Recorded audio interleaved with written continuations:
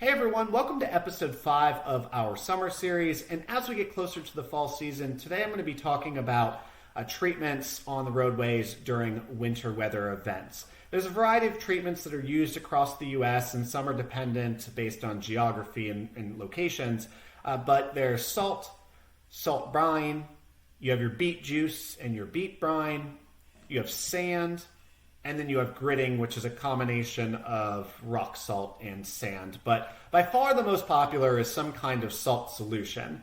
The reason being is because salt has the capability to prevent water molecules from essentially absorbing together at the freezing threshold of 32 degrees. So what it does is it prevents that bond and it lowers that freezing threshold to a much lower value, which gives them time to come in and then clear the roadways with their blades if they need to get to that bare pavement. Challenge to understand how much salt they're spreading, which they can do ahead of time. A lot of public works departments calibrate their plows and calibrate their spreaders to know how much salt they're putting down. But another challenge is understanding if the salt spread in the treatment was adequate across the roadway and how much salt is left on the roadway if it needs to be hit again. So that's where we at Vizsla Xweather come in to help out with WX Horizon and our salt sensors to be able to tell them how much salt is on the road. So in this example, you can see here, this orange line is the amount of treatment, some kind of salt in solution on the roadway, and you can see it spike here. So they know at this time salt was applied to the road, how much salt was on the road, and then when it started diluting out. And then when it starts diluting out, they can understand, okay, salt's diluting off the road or getting kicked off the road. Do we need to go back and hit that road again based on the upcoming forecast that we see? A good example here is in this image, you can see the salt diluting out. But in this example, the green line is your road temperature and it's increasing. So you've got salt diluting out, but road temperature increasing to over 40 degrees. So at this point, the Public Works Department knows and the drivers know, okay, we don't need to hit this road again.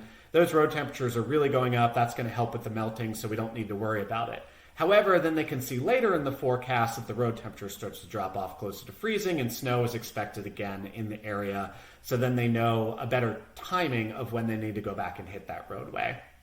The other thing they can do is they can look at historical data. So they can go back in time and they can see all the different treatments that were applied through the system, and they can understand how much was applied in any given event. So this can be used to basically understand what they've done in the past to make any changes that are necessary for the future. So why does it matter? Why don't we just go and dump a bunch of salt in the roads? Well, salt is great for breaking up ice and snow and utilizing it during winter weather operations. However, there are some negatives to dumping a lot of salt as well. If there's lakes or ponds or streams or rivers around, that salt runoff can get into those waterways, increasing the salinity and negatively affecting that ecosystem. Salt is also corrosive. It's corrosive to vehicles, it's corrosive to buildings, surrounding plant life. It's also corrosive to the roadways, which may cause more frequent maintenance needs on the road if you're just unnecessarily dumping as much salt as possible. So it's really all about threading that needle. Salt is a great tool to help out with winter maintenance operations to get you to that bare pavement, but you also want to only apply as much as you need to, and you want to understand how much is on the road so that you're not unnecessarily applying more and more salt when it isn't needed.